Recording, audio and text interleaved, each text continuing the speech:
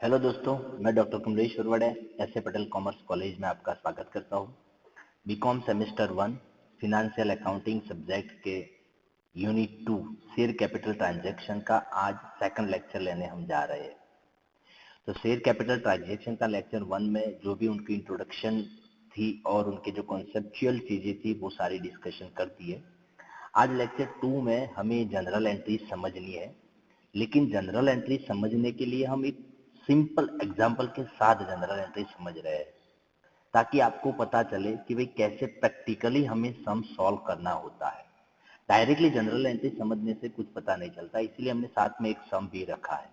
और लेक्चर 1 की जो डिस्क्रिप्शन थी इसमें हमने भेज भी दिया था आपको पीडीएफ, जो जिसमें आपकी जो शेयर कैपिटल ट्रांजैक्शन की जो जनरल एंट्रीज है उनका एक यूनिवर्सल फॉर्म जो है वो तो आप सबने देख लिया होगा। अभी तक नहीं देखा है तो कोई प्रॉब्लम्स नहीं है, आज के वीडियोस की डिस्क्रिप्शन में भी है, आप वहां जाके डाउनलोड करके देख सकते हैं।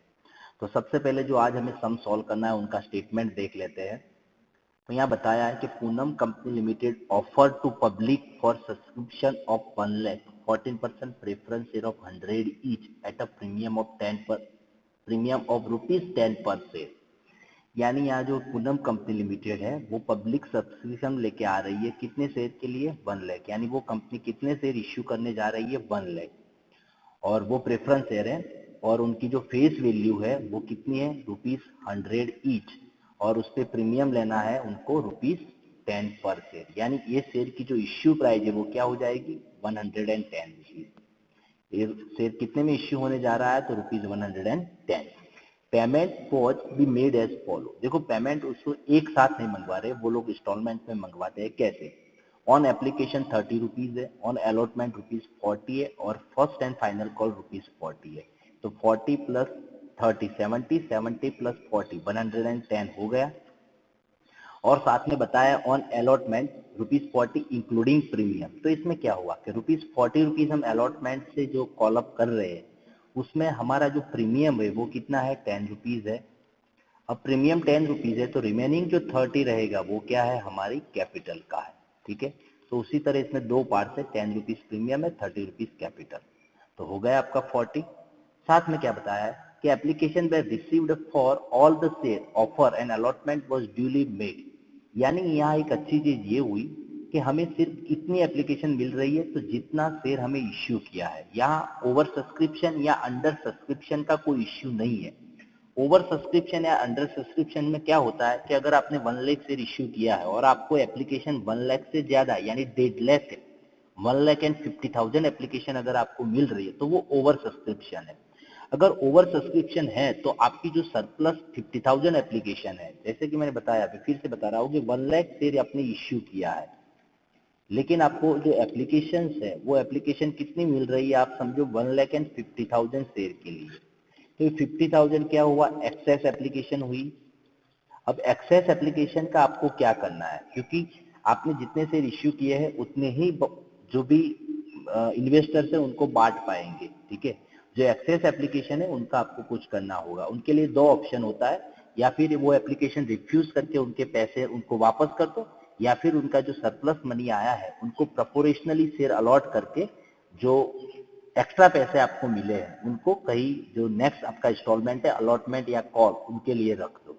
ठीक है, लेकिन ऐसा इसमें कोई कुछ नहीं है। जितने शेयर हमने इश्यू किए हैं, सपोज कि 1 लाख शेयर के लिए एप्लीकेशन डाली और 1 लाख शेयर इश्यू हुए, यानी हमारे पास कोई सरप्लस आता नहीं है।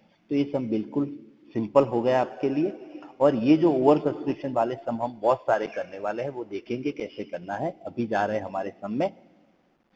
All money were duly received except the money on call on 100 shares which were forfeited after the requisite notice has been served। देखो फिर से एक बार रीड कर रहा हूँ। All money were duly received except the money on call on 100 shares which were forfeited। यानी सारे पैसे मिल जाते हैं, सिर्फ एक 100 शेयर ऐसे हैं जिसपे हमें कॉल के पैसे नहीं मिलते। ठीक है, यानी एप्लीकेशन में आपको 100% पैसे मिल रहे हैं, अलॉटमेंट में 100% पैसे मिल रहे हैं, और फर्स्ट कॉल है जिसमें आपको 100 शेयर के लिए पैसे नहीं मिल रहे। और वो शेयर को हम क्या करते हैं? फॉरफिटेड कर देते हैं, यानी ये शेयर को हम कैपिटल से निकाल देंगे। कैसे? तो जो भी ये पैसा नहीं दे रहा उनको हमने नोटिस भेजी, नोटिस भेजने के बाद भी वो पैसा नहीं दे रहा, तब जाके वो शेयर हम कैपिटल से हटा देते हैं, वो होता है शेयर फॉरफिटेड। उनकी एंट्रीज कैसे करनी है वो आपको देखना है। Later all the share forfeited share were reissue at a fully paid up ₹95 per share. बाद में जो भी शेयर हमने जो फॉरफिटेड किए थे वो सारे शेयर हम 95 से री इश्यू कर देते हैं। ठीक है। Generalise the above mention transaction, ये जो भी ट्रांजेक्शन है उनकी आपको जनरल एंट्रीज लिखनी है, और वही चैप्टर से हमें सीखना है कि जनरल एंट्रीज कैसे लिखनी है। देखो तो कहाँ से हमें स्टार्ट करना है? सबसे पहले एंट्रीज देखिए। देखो पहले एंट्री कहाँ से होगी? For receipt of application money, received application. पहली एंट्री अब कब लिखेंगे? तो एप्लीकेशन से हमें जो पैसा मिल रहा है वो। हम एक थोड़ा फॉर्मेट समझ लेते हैं कि इसमें होता क्या है। देखो कंपनी सबसे पहले क्या करती है, तो एक सब्सक्रिप्शन होता है यानी इश्यू करती है शेयर। ठीक है। और साथ में क्या होते हैं, इसमें एप्लीकेशन होती है। तो जिन जिन लोगों ने शेयर बाय करना है वो लोग कंपनी की एप्लीकेशन फिलअप करेंगे, और एप्लीकेशन के साथ जो भी पैसा मंगवाया है, सपोज कि ₹40 मंगवाया है, तो वो एप्लीकेशन के साथ आपको ₹40 भी पे करना होगा। कितना पैसा होगा? तो सपोज आपने डिजायर की कि भाई हमें 100 शेयर खरीदना है, तो 100 शेयर के लिए 40 के हिसाब से कितने पैसे हो गए? 4000। और ये वो 4000 आपको बैंक के अकाउंट, सॉरी कंपनी के बैंक अकाउंट में क्रेडिट करवाने होंगे। ठीक है। देखो मैं नॉर्मल प्रोसेस बता रहा हूँ, अभी एग्जैक्टली ऐसा कुछ नहीं है। अभी जो आईपीओ इश्यू हो रहा है, ये कंपनी जो इश्यू करती है उनको हम बोलते हैं आईपीओ, इनिशियल पब्लिक ऑफरिंग। ठीक है। वो इसमें इलेक्ट्रॉनिक वे से हो रहा है, इसमें बहुत ही डिफरेंट सी चीज होती है। और ये जो हमारा कोई आईएफएस जैसा चैप्टर है, इंडियन फाइनेंशियल सिस्टम, और इसमें ये जो भी प्राइमरी मार्केट का जो चैप्टर आएगा इसमें हम आईपीओ के बारे में देखेंगे। अभी हम अकाउंट के बारे में देख रहे हैं, और जो हमारा चैप्टर का सिलेबस है वो हम आपको बता रहे हैं। ठीक है। लेकिन एग्जैक्टली अभी जो हम एंट्रीज लिख रहे हैं वाकई ऐसा कुछ होता नहीं है, अभी आपको याद रखना है। तो मैंने बताया कि अगर आपने 100 शेयर परचेज करने हैं, कंपनी ने एप्लीकेशन के साथ ₹40 कॉल अप किए हैं, तो आपको कितने पेमेंट करना होगा? 4000। तो कंपनी को ये 4000 मिल जाएंगे, तो हमें कंपनी की और से एंट्रीज लिखनी है। तो अगर कंपनी को पैसा मिल रहा है तो हम क्या करेंगे? बैंक अकाउंट डेबिट करेंगे। ये पैसा किसके लिए मिल रहा है? तो शेयर एप्लीकेशन के लिए मिल रहा है, तो उनको क्रेडिट करेंगे। तो ये एंट्री आपको याद ही रख लेनी है, bank account debited to share application. तो देखो हमारी फर्स्ट एंट्री कैसे हम लिखेंगे। सबसे पहले तो लिख लिया जनरल एंट्री, और यहाँ हमें लिखना होता है डेट, जो यहाँ नहीं है तो हम सीरियल नंबर दे देंगे। यहाँ हमें लिखना है पर्टिकुलर, उसके बाद यहाँ होता है एलएफ यानी लेजर फोलियो नंबर, और यहाँ लिखना है डेबिट रुपीज, और यहाँ लिखेंगे क्रेडिट रुपीज। जनरल एंट्रीज का फॉर्मेट आप सबको पता होगा। सबसे पहली एंट्री हमें लिखनी है, पैसा अगर हमें मिल रहा है एप्लीकेशन का तो हम लिखेंगे बैंक अकाउंट डेबिटेड। और ये पैसा किसका मिल रहा है? तो to preference share application account. ठीक है। प्रेफरेंस शेयर इक्विटी से लिखना है, अगर नहीं लिखते तो कुछ इतना बड़ा प्रॉब्लम नहीं। अब इसमें अमाउंट कैसे लिखनी है? तो which are the application received, कितने शेयर इश्यू किए थे वो नहीं लिखने आपको, कितनी एप्लीकेशन हमें मिली है। तो यहाँ तो क्या है, देखो हमने 1 लाख शेयर इश्यू किए हैं, और एप्लीकेशन कितनी मिल रही है? Application way received for all the share, यानी 1 लाख शेयर इश्यू किए हैं तो हमें एप्लीकेशन फीस सिर्फ 1 लाख के लिए ही मिलती है। तो 1 लाख एप्लीकेशन मिली, और एप्लीकेशन के साथ कितना पैसा मंगवाया है यहाँ पे यह बताया, देखो ₹30। तो 1 लाख शेयर पे आपको 30 के हिसाब से कितने पैसे मिलेंगे? यहाँ पे 30 लाख। कितने मिलेंगे? 30 लाख। वो सिंपल सा क्वेश्चन है। तो उसी तरह आपको सबसे पहली एंट्रीज लिखनी है, वो सिंपल चीज है, आपको याद भी रखना है। पहली एंट्री वही आएगी, bank account debited to preference share application. अब सेकंड एंट्री कैसे करनी है तो देखते हैं। देखो सेकंड में बताया है कि transfer of share application money to share capital. आपको जो शेयर एप्लीकेशन में जो भी पैसा मिल रहा है उनको अब आपको कैपिटल में ट्रांसफर करना है। तो उनके लिए देखो एंट्रीज लिखिए, share application account debited to share capital to bank to share allotment. अब इसमें बताया है कि amount of issue share capital, जो शेयर कैपिटल में लिखना है वो तो सिंपल है, लेकिन ये बैंक अकाउंट कहाँ से आया? और साथ में बताया देखो amount of refuse share, share allotment कब आया? अमाउंट ऑफ एक्सेस से। तो बैंक अकाउंट और शेयर अलॉटमेंट कब आएगा? अगर आपका सब्सक्रिप्शन ओवर गया है, यानी आपने जितने शेयर इश्यू किए हैं उससे ज्यादा एप्लीकेशन अगर आपको मिल रही है, तो ये जो एक्सेस एप्लीकेशन है उनका आपको कुछ करना होगा। क्या कर सकते हैं आप? तो एप्लीकेशन को अगर रिफ्यूज कर रहे हैं तो ये बैंक अकाउंट आएगा, और अगर एक्सेस एप्लीकेशन के जो पैसा है वो आप अगले इंस्टॉलमेंट के लिए रख देते हैं तो शेयर अलॉटमेंट आएगा। लेकिन हमारे सम में आज जो हम सम सॉल्व कर रहे हैं इसमें ऐसी कोई भी चीज नहीं है, क्योंकि हमने जितने शेयर इश्यू किए हैं उतनी ही हमें एप्लीकेशन मिलती है। ज्यादा एप्लीकेशन नहीं मिल रही तो फिर हमारे एप्लीकेशन जो एंट्रीज है वो रहेगी share application to share capital. तो सेकंड एंट्रीज हम लिखेंगे यहाँ पे preference share application account debited to, कौन सी कैपिटल है यहाँ पे? Preference share capital. Capital preference या इक्विटी दोनों में से कोई एक हो सकती है। तो यहाँ जो 30 लाख है वो पूरे लिख देंगे यहाँ पे, क्योंकि हमें यहाँ कोई ज्यादा एक्स्ट्रा मनी नहीं मिल रही। तो एप्लीकेशन में जो भी पैसा मिला है वो हम पूरा कहाँ क्रेडिट कर देंगे? शेयर कैपिटल में। अगर सरप्लस एप्लीकेशन होती तो इस एंट्री में हमें और भी कुछ लिखना होता। चलो, एप्लीकेशन का काम हो गया, पैसा मंगवा दिया, पैसा मिल भी गया कैपिटल में, उसे ट्रांसफर भी कर दिया। अब हमारा सेकंड उसके बाद आने वाला इंस्टॉलमेंट आएगा। तो एप्लीकेशन के बाद हम कौन से पैसा मंगवा रहे हैं? अलॉटमेंट के। कैसे? प्रीमियम के साथ। तो अब उनकी एंट्री कैसे लिखनी है वो देख लेते हैं। तो देखो यहाँ पे एंट्री नंबर 3, देखिए इसमें बताया कि अमाउंट ड्यू ऑन अलॉटमेंट, जब आपको अलॉटमेंट के पैसे लेने होते हैं तो एंट्रीज लिखनी है sir allotment account debited, share discount account debited, share capital account debited to share premium. अब इसमें दिखा है देखो शेयर डिस्काउंट अकाउंट डेबिटेड, ये अगर कब डेबिट करना है? अगर डिस्काउंट से शेयर इश्यू किए हैं तब, ठीक है। और साथ में भी लिखा है share premium account, share premium का मतलब होता है सिक्योरिटी प्रीमियम। तो सिक्योरिटी प्रीमियम अकाउंट वो क्रेडिट कब करना है? अगर है तो। दोनों एक साथ तो होंगे नहीं, डिस्काउंट और प्रीमियम दोनों एक साथ नहीं हो सकते। अब हम जो सम सॉल्व कर रहे हैं इसमें क्या है? प्रीमियम है, तो हम डिस्काउंट नहीं लिखेंगे, हम सिर्फ प्रीमियम लिखेंगे। तो हमारी एंट्री हो जाएगी share allotment account debited to share capital to share premium. तो कैसे लिखते हैं? देखो यहाँ पे एंट्री 3 नंबर में हम लिखेंगे शेयर अलॉटमेंट अकाउंट डेबिटेड, देखो यहाँ हमें लिखना है प्रेफरेंस से, ठीक है। और 2 लिखेंगे प्रेफरेंस शेयर कैपिटल अकाउंट और 2 सिक्योरिटी प्रीमियम अकाउंट। अब अमाउंट कितनी आएगी? देखो अलॉटमेंट में हमें टोटल कितने पैसे मंगवाए हैं? 40 रुपीज।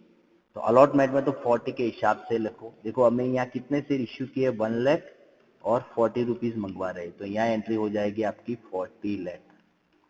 उसके बाद आया प्रेफरेंस शेयर कैपिटल। तो कैपिटल में क्या करना है? देखो 40 में इंक्लूडिंग प्रीमियम लिखा है, तो प्रीमियम हमारा कितना है? 10 रुपीज है। तो 40 में से 10 तो प्रीमियम है, तो कैपिटल के लिए कितने बचे? 30 रुपीज। तो हमें 30 के हिसाब से कैपिटल में लिख रहे हैं, तो 1 लाख इंटू 30, 1 लाख इंटू 30। तो कैपिटल में कितने क्रेडिट हो गए? 30 लाख। और सिक्योरिटी प्रीमियम में क्या हो गए? तो 1 लाख इंटू प्रीमियम कितना है? 10 रुपीज है, तो वो हो जाएगा 10 लाख। तो ये काम हमारा हो गया। जब ये एंट्री कब हमें लिखनी है? तो व्हेन अलॉटमेंट मनी ड्यू, जब हमें अलॉटमेंट के पैसे लेने होते हैं तब, ठीक है। अब क्या होगा? तो अलॉटमेंट के पैसे हमें मिलेंगे when allotment money received. Fourth application कब लिखनी है? When allotment money received. तो देखो यहाँ बताया है for receipt of allotment money, allotment के जो पैसे हैं वो हमें मिल रहे हैं, तब एंट्री हमें लिखनी है bank account debited to call in arrears to share allotment. लेकिन ये कॉल इन एरियर्स कब लिखना है? अगर कोई इन्वेस्टर या शेयर होल्डर जो आपको अलॉटमेंट के पैसे नहीं दे रहा तब, ठीक है। तो हमारे जो एग्जाम्पल्स अभी हम सॉल्व कर रहे हैं इसमें तो ऐसा कुछ है नहीं, यहाँ सिर्फ ऐसा बताया है कि all money were received except the money on call 100 share which were forfeited। यानी एक 100 शेयर ऐसे है जिसपे हमें कॉल के पैसे नहीं मिल रहे, ठीक है। यानी एप्लीकेशन और अलॉटमेंट दोनों में तो हमें 100% पैसे मिल जाते हैं, ठीक है। तो अगर अलॉटमेंट में पैसे नहीं मिल रहे तब जाके ही आपको ये कॉल इन एरियर्स आएगा। यहाँ सारे पैसे मिल रहे तब हमारी एंट्री रहेगी bank account debited to share allotment, ठीक है, वही लिखेंगे। तो फिर हम एंट्री लिख रहे हैं यहाँ पे हमारी जो भी है वो, तो पैसे जब मिलेंगे तब फोर्थ में एंट्री आएगी बैंक अकाउंट डेबिटेड टू, ये पैसे किसके मिल रहे हैं, तो प्रेफरेंस शेयर अलॉटमेंट की, प्रेफरेंस शेयर अलॉटमेंट अकाउंट। कितने पैसे, देखो हमने कितने डेबिट किए थे, यहाँ 40 लाख, वो पूरे पैसे हमें मिलते हैं तो यहाँ 40 लाख ही लिखेंगे। We received allotment money on whole share, यानी सारे शेयर के लिए पैसे मिल रहे हैं हमें, तो 40 to 40 लिख देंगे। अगर कोई नहीं मिल रहा तो हम लिखेंगे यहाँ कॉल इन एरियर्स, ठीक है। और यहाँ बताया भी है, देखो call in arrears if any, अगर कोई है तो, नहीं है तो लिखने की जरूरत नहीं है। तो अलॉटमेंट का काम हो गया, हमने पैसा मंगवा भी दिया और मिल भी गया। उसके बाद वो सिमिलर प्रोसेस करनी है कॉल के लिए। तो अब हमारा कॉल है, देखो कॉल में कितने पैसे मंगवाने हैं हमें, ₹40, और हमारा एक ही कॉल है, फर्स्ट और फाइनल कॉल, ठीक है, दूसरा कोई कॉल नहीं है, तो इसमें ₹40 हमें मंगवाना है। तो कॉल जब मंगवाएंगे तब एंट्री सिमिलर होगी, share call to share capital. जैसे यहाँ हमने किया था share allotment to share capital, यहाँ होगा share call to share capital. तो 5th नंबर में हम लिखेंगे जब हमें कॉल के पैसे लेने हैं तब। तो 5th नंबर में एंट्री आएगी preference share call account, preference share कौन से कॉल है यहाँ पे, final call account debited to preference share capital, preference share capital account. कितने पैसे, देखो यहाँ कितने शेयर है हमारे, 1 लाख शेयर इश्यू किए हैं हमने, वो सिंपल सी चीज है। और प्रेफरेंस जो हमारा फाइनल कॉल है, वो फाइनल कॉल में कितना रुपीस हमने कॉल अप किए, ₹40, तो ये अमाउंट कितनी होगी, 40 लाख रुपीस। चलो सिंपली ये लिख दिया, ये पैसा मंगवा दिया। अब क्या होगा, पैसा मिलेगा। तो when we received first call money, जो फर्स्ट कॉल के जो पैसा है मिल रहा है तब एंट्री क्या लिखेंगे, तो यहाँ देखो दिख रहा है आपको, for receipt of call money bank account debited to call in arrears to share call. Call in arrears फिर भी इफ यानी अगर कोई है तो लिखना है, तो है, ठीक है। हमारे स्टेटमेंट में बताया है कि 100 शेयर ऐसे है जिसमें हमें फाइनल कॉल नहीं मिल रहा, तो हमारी एंट्री ये जो लिखी है वही होगी। हम लिखेंगे यहाँ जो पैसा मिल रहा है वो लिखेंगे बैंक अकाउंट डेबिटेड, जो पैसा नहीं मिल रहा वो लिखेंगे कॉल इन एरियर्स अकाउंट। और किसका है तो वो लिखेंगे preference share first call, first नहीं, हमने ऊपर फाइनल लिखा है तो हम यहाँ भी फाइनल लिख रहे हैं, preference share final call account. देखो क्या करना है आपको, यहाँ फाइनल कॉल पे आपको कितने पैसे लेने थे, 40 लाख, तो यहाँ 40 लाख तो लिख दो पहले, इसमें तो हमें कोई कसर करना नहीं है। अब कॉल इन एरियर्स लिखो, कॉल इन एरियर्स में हमें फाइनल कॉल में कितने शेयर पे पैसा नहीं मिल रहे, 100 पे, और फाइनल क्या था कितना हमारा, ₹40। अगर 100 शेयर पे 40 के हिसाब से अगर हमें पैसा नहीं मिल रहा तो कितना नहीं मिल रहा, 100 into 40 यानी 4000। तो फिर क्या हुआ, देखो टोटल 40 लाख पैसे लेने थे, कितने, 40 लाख, इसमें से सिर्फ 4000 नहीं मिले, तो मिले कितने, 39,96,000। कितने मिले, 39,96,000। 40 लाख में से माइनस कर देना है। ये 40 लाख कहाँ से आया, तो ये 5th नंबर के एंट्री से लिखा, देखो preference share final call account जो डेबिट किया था 40 लाख, वो यहाँ हमने क्रेडिट कर दिया है। दूसरे कैसे निकाल सकते हैं, देखो टोटल हमने कितने शेयर इश्यू किए, 1 लाख, 1 लाख में से सिर्फ 100 शेयर ऐसे हैं जिन पे हमें कॉल नहीं मिल रहा, तो 1 लाख में से अगर 100 निकाल दे तो हमारा आंसर आएगा 99,900। और हमें कॉल कितना मंगवाना था, 40, ये हमने कहा मिल रहा है 90,900 पे 40 के हिसाब से मिल रहे हैं। देखो 1 लाख पे हमने पैसा मंगवाया लेकिन मिल कितना रहा है हमें, 99,900 शेयर पे, तो ये अमाउंट हो गई। आप दोनों में से किसी भी तरह से निकाल सकते हैं, ठीक है, ये काम होगा। ये सिर्फ काम किसका हुआ, तो ओनली फॉर कॉल मंगवाने का। तो यहाँ हमारा 3 ही कॉल था और तीनों का काम हमने कर दिया। सबसे पहला कॉल था एप्लीकेशन के लिए, वो हो गया, अलॉटमेंट का हो गया, फाइनल कॉल हो गया, फाइनल कॉल का भी हो गया। हर एक के लिए आपको 2 एंट्री लिखनी है, ऐसे 3 कॉल है तो आपकी 6 एंट्री का काम हो चुका है। अब ये जो 100 शेयर पे जो हमारा इन्वेस्टर है वो पैसा नहीं दे रहा, उनका हमें क्या करना है? तो यहाँ बताया है विच वेर फॉरफिटेड, ये शेयर को फॉरफिटेड करना है। फॉरफिटेड करना है तो उतनी कैपिटल हमें निकाल देनी है। तो फॉरफिटेड के लिए कैसे एंट्री लिखेंगे वो मैं बता रहा हूँ आपको। देखो ये फॉरफिटेड की एंट्रीज है। फॉरफिटेड में आपको दो एंट्री याद रखनी है। If share were issue at premium, अगर प्रीमियम से शेयर इश्यू कर रहे हैं तो फॉरफिचर की अलग एंट्री है।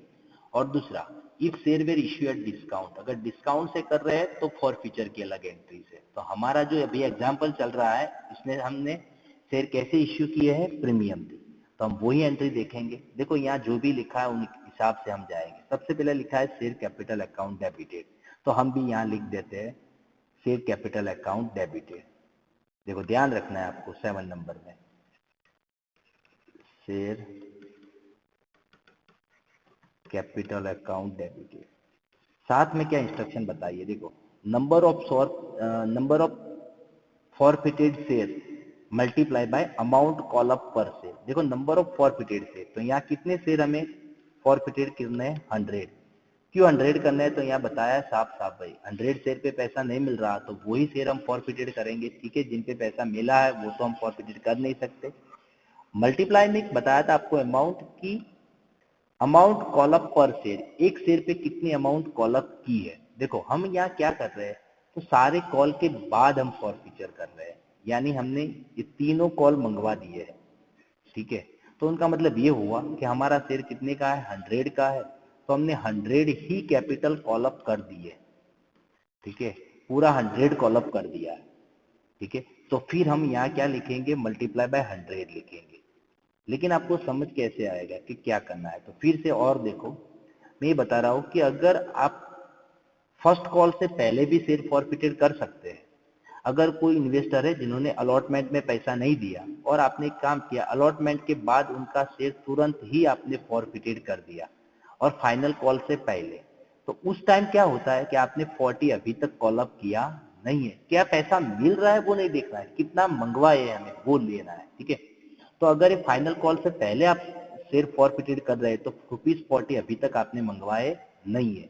तो क्या करना है? 100 का आपका शेयर है, इसमें से 40 तो अभी बाकी है, तो आपने कितनी कैपिटल मंगवाई है? 60। लेकिन यहाँ ऐसा नहीं है, हम फाइनल कॉल के बाद शेयर फॉरफिटेड करते हैं, तो सारी अमाउंट हमने मंगवा दी है, इसीलिए हम लिखेंगे 100 इंटू 100, तो यहाँ अमाउंट आएगी 10,000। चलो उसके बाद क्या लिखना है? Security premium account debited.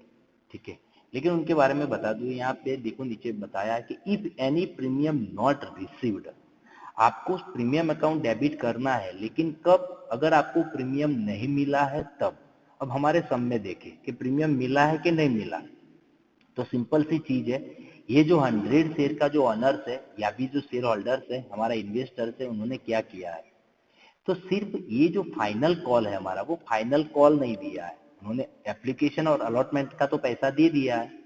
आप समझो, अगर उन्होंने अलॉटमेंट का दे दिया है तो प्रीमियम का दे ही दिया होगा, क्योंकि हमने प्रीमियम कब मंगवाया है? अलॉटमेंट पे मंगवाया है।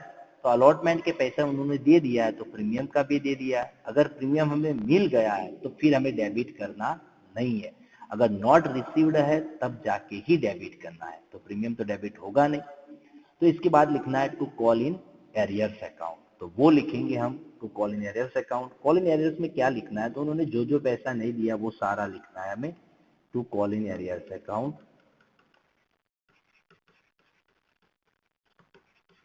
कॉल इन एरियर्स में क्या होगा? देखो यहाँ लिखा है, ये 100 के हिसाब से कॉल इन एरियर्स में कितना पैसा लगा है यहाँ पे? 4000। ठीक है, तो वही 4000 हमें यहाँ क्या करना है? क्रेडिट करना है, जो यहाँ पे डेबिट था।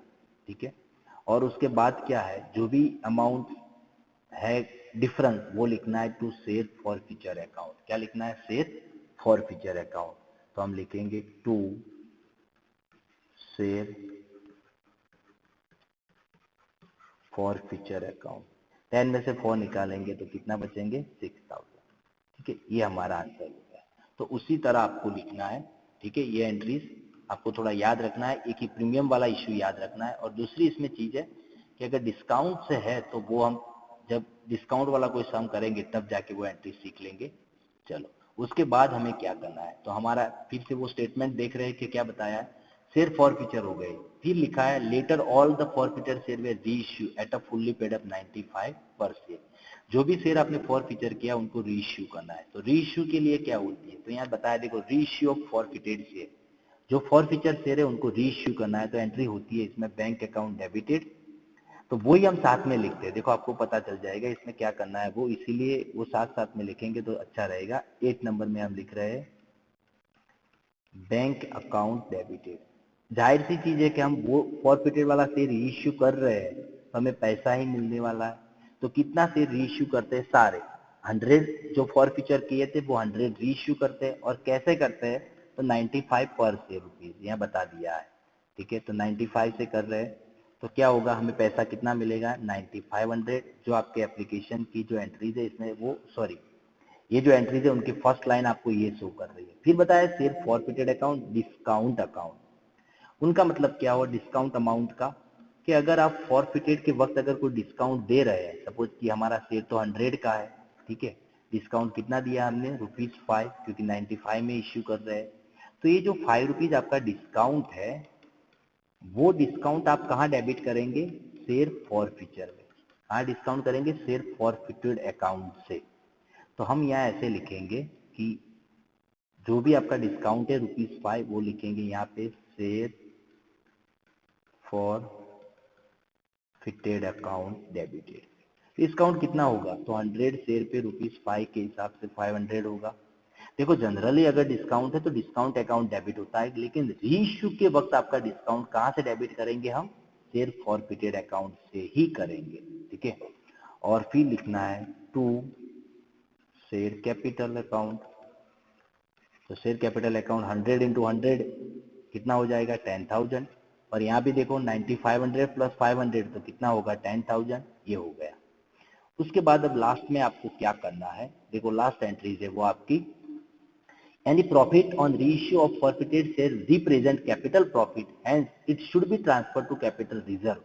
यानी अगर फॉरफिटेड अकाउंट में कोई प्रॉफिट है तो वो प्रॉफिट आपको कैपिटल रिजर्व में ट्रांसफर करना है, वो आपका कैपिटल प्रॉफिट होता है। कैसे करना है, देखो बिल्कुल सिंपल चीज है। जब हमने यहाँ शेयर फॉरफिटेड किया तब हमें कितनी अमाउंट मिली, 6,000 अकाउंट। जब शेयर हमने फॉरफिटेड किया तब कितनी अमाउंट मिली, 6,000 रुपीज, जो क्रेडिट किया है दिख रहा है आपको, ठीक है। और वही शेयर जब हमने रीइश्यू किए तब कितना डिस्काउंट दिया, 500, वो भी दिख रहा है। देखो share forfeited account credited 6,000, share forfeited account debited 500। यानी जब फॉरफिटेड करते हैं तब 6,000 अमाउंट हमें मिलती है जो क्रेडिट की है, और डिस्काउंट के वक्त हम कितनी देते हैं, 500। तो ये दोनों के बीच डिफरेंस कितना रहा, 5,500, 5,000 एंड 500। तो ये जो भी प्रॉफिट है वो हम कहाँ ट्रांसफर करेंगे, कैपिटल रिजर्व में। तो हम यहाँ लिखेंगे share forfeited account debited to capital reserve. क्या लिखेंगे, टू कैपिटल रिजर्व अकाउंट, ठीक है। वो आपका कैपिटल प्रॉफिट है, और ये कैपिटल प्रॉफिट में से आप कोई डिविडेंड वगैरह नहीं बेच सकते, लेकिन अगर आपका कोई कैपिटल लॉस है तो आपको राइट ऑफ कर सकते हैं, ठीक है। उसी तरह एंट्री लिखनी है। और दूसरी चीज बताओ कि ये जब से रीइश्यू हो जाते हैं उनके बाद ही अमाउंट कैपिटल रिजर्व में ट्रांसफर होती है। जितने शेयर हम रीइश्यू कर देते हैं उनकी जो एक प्रोपोर्शनल अमाउंट होती है वही हम कैपिटल रिजर्व अकाउंट में ट्रांसफर करेंगे। मेरा कहने का मतलब ये है कि अगर आपने 100 शेयर फॉरफिटेड किया है, आप समझो, ठीक है, और ये 100 शेयर में से आप सिर्फ 50 ही रीइश्यू कर रहे हैं, और 50 जो है वो अभी आप रीइश्यू नहीं कर रहे, तो आपने 50 रीइश्यू किए तो 50 के हिसाब से, यानी जो 50 शेयर के प्रपोर्शन में जो अमाउंट आती है उतनी ही आप कैपिटल रिजर्व में ट्रांसफर करेंगे। यानी जो शेयर अभी तक आपने रीइश्यू नहीं किया है उनकी प्रपोर्शन अमाउंट आप कैपिटल रिजर्व में ट्रांसफर नहीं कर सकते, ठीक है। वो डिटेल में जब एग्जांपल में आप समझेंगे तो आपको आसानी से पता चल जाएगा। तो यहाँ आपका जो भी सम है उनकी एंट्रीज यहाँ फिनिश हो रही है। हमने ये जो सम लिया था वो बिल्कुल सिंपल सम लिया था, इसमें कुछ इतनी डिफिकल्टीज नहीं थी क्योंकि हमारा पहला एग्जाम्पल था। अब जो हम जो भी सम सॉल्व करेंगे वो ओवर सब्सक्रिप्शन या फिर अंडर सब्सक्रिप्शन वाला करेंगे। यानी आपने जितने शेयर इश्यू किया है उससे ज्यादा अगर एप्लीकेशन आपको मिल रही है तो उनकी एंट्रीज कैसे लिखनी है वो सारी चीजें डिटेल में देखेंगे, और 1 बाय 1 आपका सारा पॉइंट कवर हो जाए उसी तरह एग्जाम्पल सॉल्व करेंगे।